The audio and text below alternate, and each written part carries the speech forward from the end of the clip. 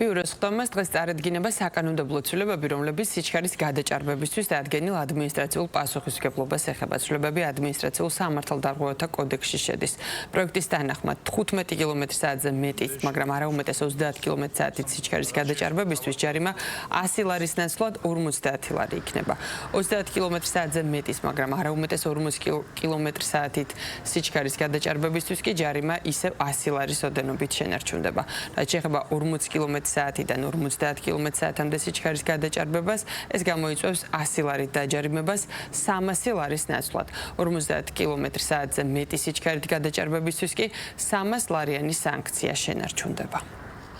წარმოდგენილი ცვლილებებით მოხდება, ასე ვთქვათ, დარღვევის ხარისხის და მასშტაბის მიხედვით დიფერენცირება ჯარიმების, ანუ თუ კი არის ვთქვათ მცირედი გადაჭარბება სიჩქარის უფრო ნაკლები ოდენობის თანხით, ანუ 50 ლარიანი ჯარიმით დაიჯება, ხოლო უკვე სიჩქარის გადაჭარბებასთან ერთად და მის ზრდასთან ერთად უფრო მაღალი ტიპის ჯარიმები იქნება. შესაბამისად, ეს დიფერენცირება ვფიქრობთ, რომ მნიშვნელოვნად შეუწყობს ხელს, რომ ერთის მხრივ მცირე ტიპის გადასტომაზე დაბალი ტიპის ჯარიმით მოხდეს რეაგირება, ხოლო როდესაც აქვს უფრო ასე ვთქვათ მაღალი გადაჭარბებას ადგილი, საუბარია 30 კმ-დან მეტი ან 50 კმ-დან მეტი საათით გადაჭარბებას, ამ შემთხვევაში უფრო მაღალი ჯარიმები იქნება.